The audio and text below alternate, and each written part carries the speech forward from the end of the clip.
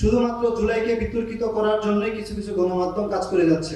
এই প্রেস ক্লাবে কোনো রকম জয় বাংলা স্লোগান 24-এর অভ্যুত্থানের পরে আর হতে পারে না, হতে দেওয়া হবে না। যে গণমাধ্যম সংস্কার নিয়ে আমরা আলোচনা করছি, আমরা গত কয়েকদিন যাবত দেখতে পাচ্ছি মিডিয়া যে বিশৃঙ্খলা তৈরি হয়েছে, সংবাদ পরিবেশনা এবং হচ্ছে গিয়ে বাজেট ট্রিটমেন্ট, শিরোনাম থেকে শুরু করে বিভিন্ন ছবি থেকে শুরু করে বিভিন্নভাবে বিতর্কিত করা হচ্ছে জুলাই যারা নেতৃত্ব দিয়েছিল। এবং জুলাইকে স্পেসিফিক যদি বলি, শুধুমাত্র জুলাইকে বিতর্কিত করার জন্যই কিছু কিছু গণমাধ্যম কাজ করে যাচ্ছে।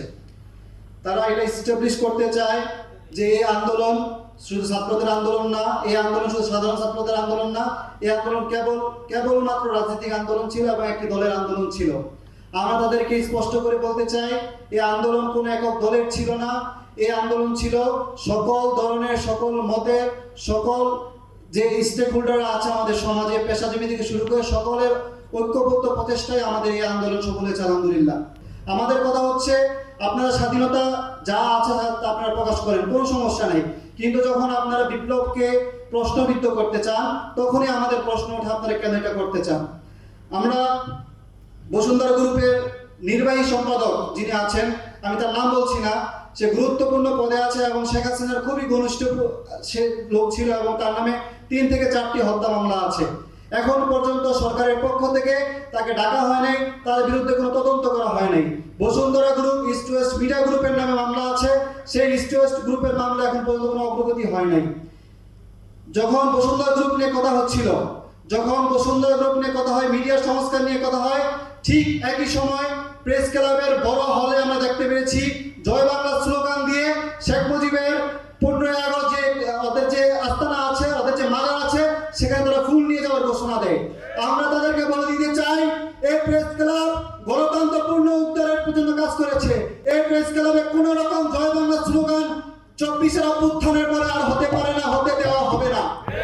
আপনারা যদি জয় বাংলা স্লোগান দিতে ইচ্ছে করে, আপনারা টঙ্গিপাড়া যান, আপনাদের মাজারে যান, সেখানে বসে সারাদিন জয় বাংলা জিকির করেন, আমাদের কোনো সমস্যা নাই।